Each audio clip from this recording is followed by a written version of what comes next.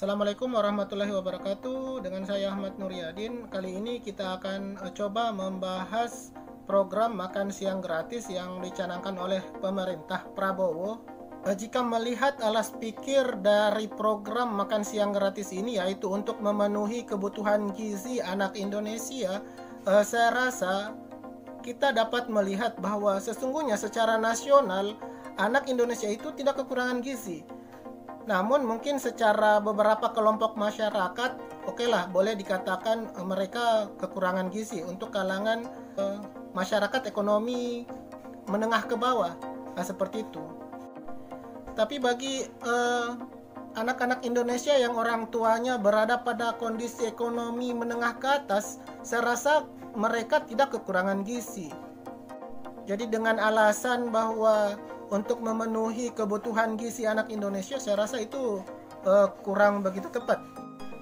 Namun okelah, kalau persoalan pro dan kontra, dengan melihat pengalaman saya pribadi, baik itu pengalaman dari organisasi maupun pengalaman melakukan pelatihan kerja, saya tetap mendukung program dari pemerintah ini, karena boleh dikatakan dari saya semenjak saya kuliah, SD, sekolah, sampai saya melalui pelatihan-pelatihan kerja, itu memang selalu mendapatkan makan siang gratis. Bahkan beberapa organisasi yang saya pernah ikuti itu, kita dikasih makan pagi gratis, makan siang gratis, sore gratis, dan malamnya juga gratis. Nah, seperti itu kalau persoalan teknisnya kan.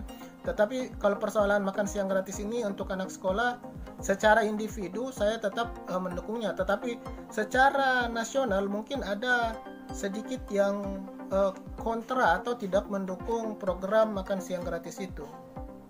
Dan saya sempat bertanya kepada saya punya keponakan, apakah program makan siang gratisnya itu sudah berjalan di sekolahnya. Katanya dia itu di sekolahnya itu belum.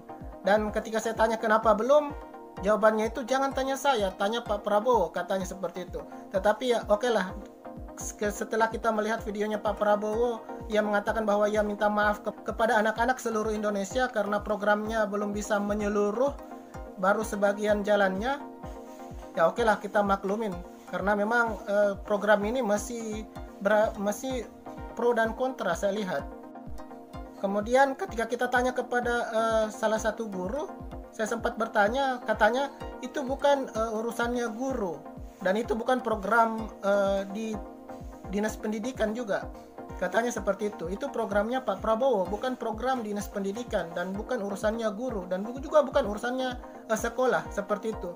Jadi ketika misalnya di sekolahnya belum program makan siang gratisnya itu belum jalan, ya itu bukan urusannya sekolah, itu bukan, sekolah tidak salah dan guru-guru juga tidak salah. Nah, seperti itu. Cuman kalau untuk di beberapa pesantren, saya melihatnya sebenarnya sebelum pemerintah menjalankan program makan siang gratis itu, di beberapa pesantren itu mereka sudah menjalankannya jauh sebelum pemerintah Indonesia menjalankan hal tersebut. Nah, kemudian berikutnya kita bahas tentang dampak ekonomi rakyat yang pengusaha-pengusaha yang ada di kantin. Itu kan sedikit akan mempengaruhi penghasilan mereka. Kemudian para pedagang kaki lima, contoh misalnya penjual bakso atau penjual mie pangsit atau gado-gado dan sebagainya. Nah, kemudian warung-warung makan, itu akan mempengaruhi penghasilan mereka. Ketika makan siangnya misalnya sudah disediakan di sekolah, secara otomatis siswa-siswa atau anak-anak sekolah itu tidak lagi beli makanan yang mereka dagangkan. Misalnya penjual bakso, secara otomatis kan mereka akan kekurangan pelanggan. Kemudian penjual-penjual warteg, warung-warung makan yang biasanya kalau pulang anak sekolah singgah makan di situ, itu kalau mereka sudah disediakan makanan di sekolahnya, mereka tidak lagi makan di situ. Itu tadi dampak ekonomi rakyat, itu secara otomatis program makan siang gratis akan mengurangi penghasilan, bahkan dapat membuat para pengusaha kantin itu gulung tikar. Selain daripada itu juga akan mengurangi penghasilan dari pedagang kaki lima seperti penjual bakso, penjual pangsit dan sebagainya. Yang biasanya itu kan ketika anak sekolah pulang sekolah mereka makannya di situ. Nah, secara otomatis mereka akan kekurangan penghasilan.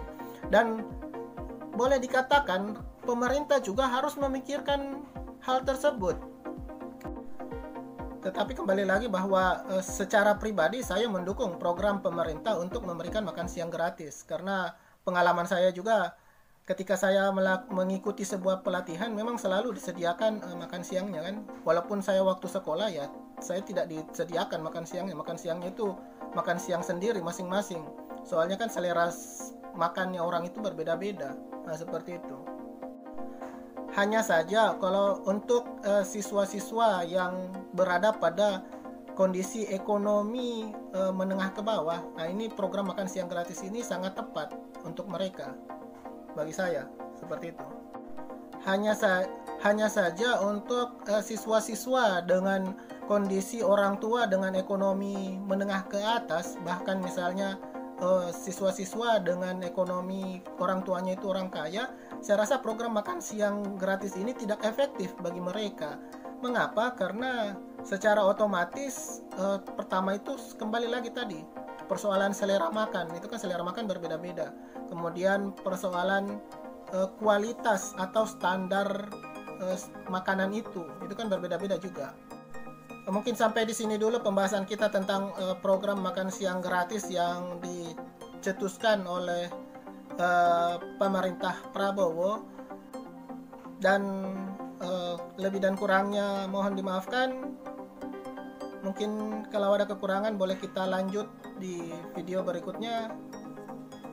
Sampai di sini sekian, terima kasih, sampai jumpa di video saya berikutnya.